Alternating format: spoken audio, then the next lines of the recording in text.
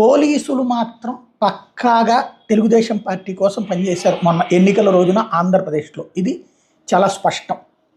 అలాగే ప్రభుత్వ ఉద్యోగుల్లో అత్యధికులు తెలుగుదేశం పార్టీకి పనిచేశారు. యాంటీజన్ చాలా కసితో ఓట్లేశారు. ఇది ఖాయం.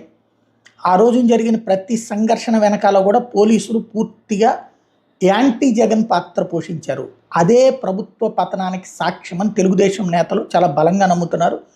ప్రభుత్వం పడిపోతుందని గ్రహించారు కాబట్టినే ప్రభుత్వానికి ధమ్కి ఇవ్వడానికి తమ వంతు ప్రయత్నం తాము చేశారు. ఈవెన్ చాలా చోట్ల పోలింగ్ బూతుల్లో ఉద్యోగులు కూడా ప్రభుత్వానికి వ్యతిరేకంగా పనిచేసి పెట్టారు, ఏదైతే సహకరించారు కింద స్థాయిలో అని చెప్తున్నారు. మొన్న నేనైతే నాకు అట్లా అనిపించలేదు నేను చూసినప్పుడు ఫీల్డ్లో, కానీ ప్రచారం అయితే అది జరుగుతోంది. ఉద్యోగులే మిగతా వాళ్ళతో మాట్లాడినప్పుడు నేను 50 ఓట్లు వేయించాను, నేను 100 ఓట్లు వేయించాను అని చెప్తూ ఉండటంతో ఈ టాక్ బాగా నడుస్తోంది. అదే సందర్భంలో పోలీసులు మాత్రం ఖచ్చితంగా అది కనబడింది. ఆ రోజున తెలుగుదేశం వాళ్ళు దాడులు చేస్తుంటే వైసీపీ వాళ్ళని గృహ నిర్బంధం చేయడం లాంటి పనులు.